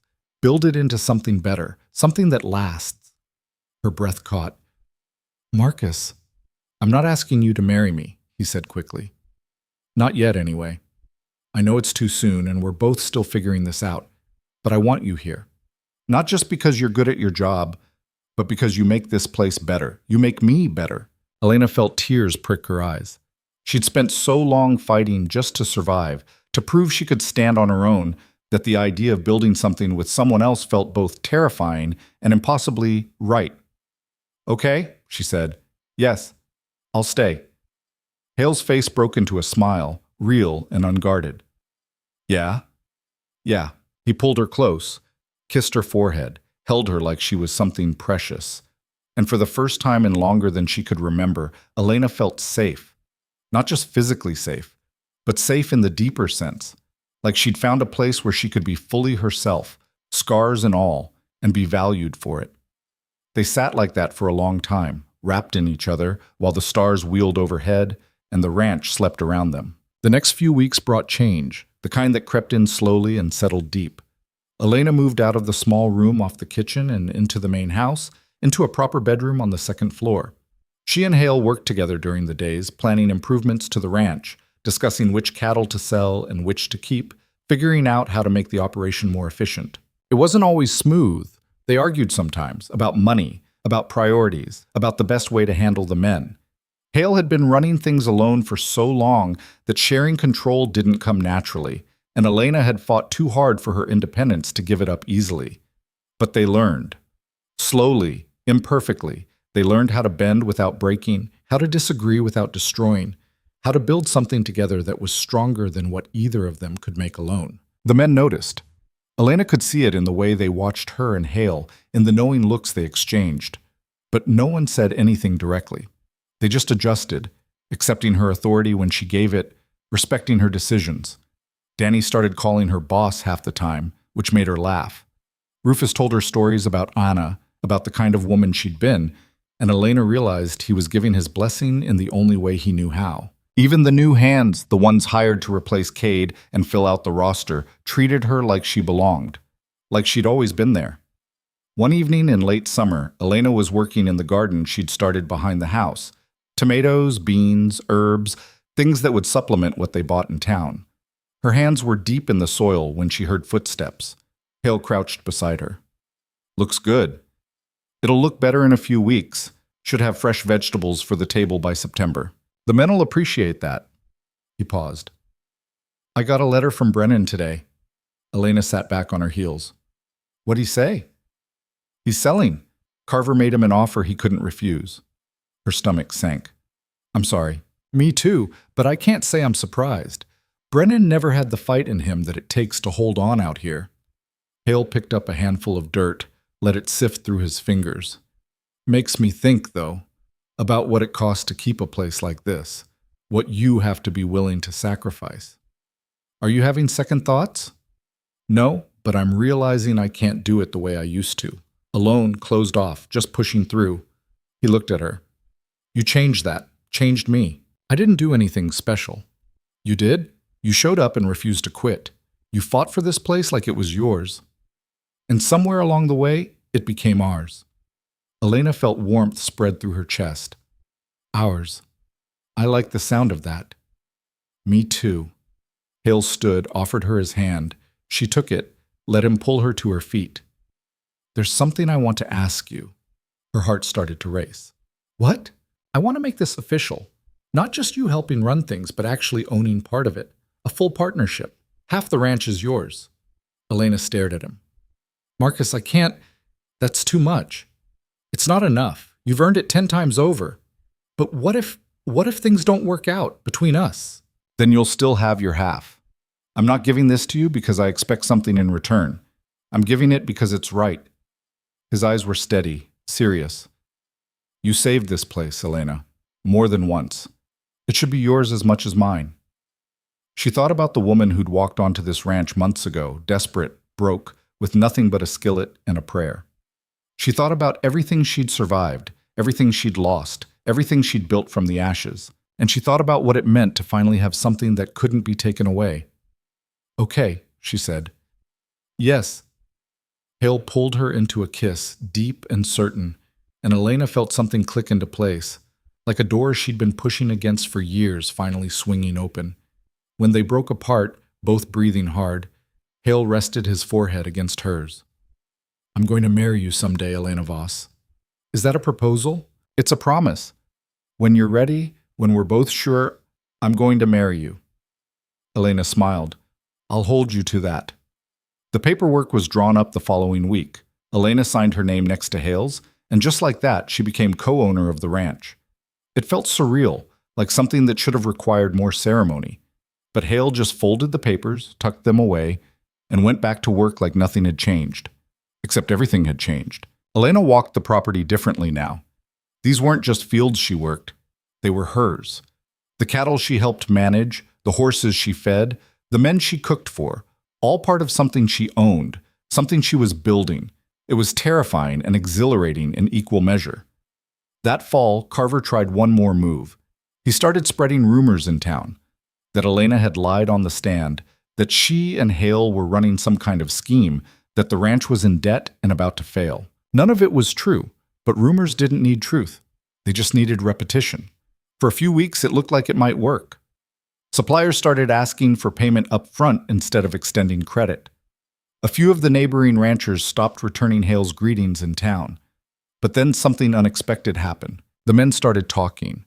Not just Hale's men, but men from other ranches. Men who'd heard what Elena had done during the fire. How she'd saved the place when everyone else had written it off. They started telling those stories in saloons, at auctions, anywhere people gathered. And slowly, the narrative shifted. Instead of seeing Elena as a schemer, people started seeing her as someone who'd proven herself.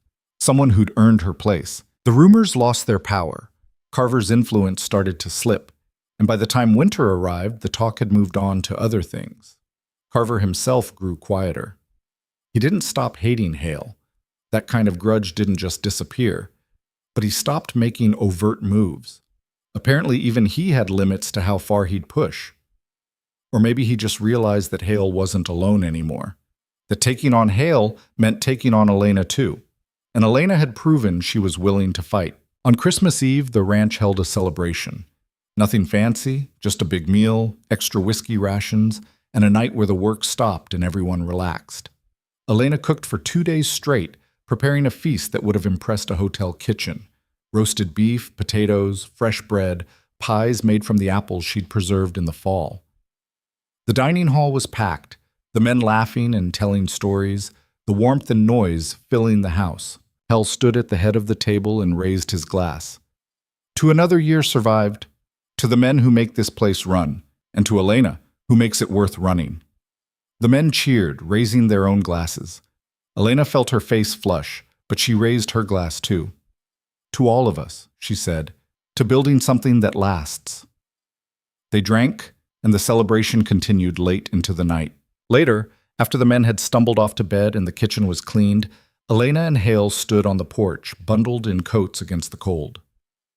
"Thank you," Hale said quietly. "For what?" "For staying, for fighting, for not giving up on this place when you had every reason to." "I had every reason to stay, too." He turned to her, his breath forming clouds in the cold air. "I love you, Elena. I should have said it sooner, but I'm saying it now. I love you." Her heart swelled. "I love you, too." He kissed her, slow and tender, and Elena felt like she was exactly where she was supposed to be. The years that followed weren't easy. Ranching never was. There were droughts and floods, cattle that got sick, fences that broke, men who came and went. There were hard winters and brutal summers, times when money was tight and times when it felt like everything might fall apart. But Elena and Hale faced it together. They built the ranch into something solid, something that could weather the storms. They brought in new stock, improved the bloodlines, expanded the grazing land. They hired good men and treated them fairly, and slowly built a reputation as a place where people wanted to work. Elena kept cooking, kept managing the household, kept being the backbone that held everything together. But she also learned the business side, how to negotiate prices, how to read market trends, how to make decisions that would shape the ranch's future. She and Hale married the following spring, a simple ceremony with just the men from the ranch as witnesses. Elena wore a dress she'd sewn herself, pale yellow, like the wildflowers that dotted the hills. Hale wore his best shirt and looked at her like she was the most remarkable thing he'd ever seen. Danny cried during the vows, which he vehemently denied later. Rufus made a toast that was equal parts touching and profane. The celebration lasted all weekend. It wasn't a fairy tale. They still argued, still had moments of doubt and frustration, but they worked through it because they'd both learned that the things worth having were worth fighting for. 5 years after Elena first walked onto the ranch, she stood on the porch one morning and looked out at the land. The sun was just coming up, painting the hills gold, and the air was cool and clean. In the distance, she could see the cattle grazing, the horses moving lazily in the paddock. Hale came up behind her, wrapped his arms around her waist. "What are you thinking about?" "How far we've come." "We've got a long way to go yet." "I know, but I'm not worried." She leaned back against him. "We'll figure it out." "Yeah, we will." They stood there together watching the day begin, two people who'd started with nothing and built everything. Two people who'd learned that strength wasn't about never falling. It was about getting back up. That home wasn't a place you found. It was something you built, one choice at a time. Elena had lost everything once: her husband, her home, her future. She'd walked into the wilderness with nothing but determination and a refusal to quit. And she'd found something better than what she'd lost. She'd found herself, found her strength, found a partner who saw her as an equal, found a place where she belonged, not because someone gave it to her, but because she'd earned it. The ranch had shaped her, but she'd shaped it too. And together, they'd built something that would last. That was the lesson, in the end, that survival was just the beginning, that the real work was in building, in choosing to stay even when it was hard, in fighting for what mattered. Elena had survived, but more than that, she'd thrived.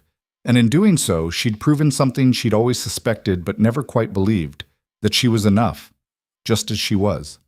Scars and all. The sun climbed higher and the ranch came to life around them. Danny emerged from the bunkhouse, yawning and stretching. Rufus limped toward the barn, calling out a greeting. Smoke started rising from the kitchen chimney as the day's work began. Elena smiled. This was her life now. Complicated, imperfect, full of challenges she'd have to face one day at a time. But it was hers, built on her own terms, shared with someone who valued her for exactly who she was. And that made all the difference. She turned in Hale's arms, kissed him once, then headed inside to start breakfast. There was work to do, a ranch to run, a life to live. She'd learned long ago that tomorrow would bring its own troubles. But today, right now, she had everything she needed. And that was more than enough.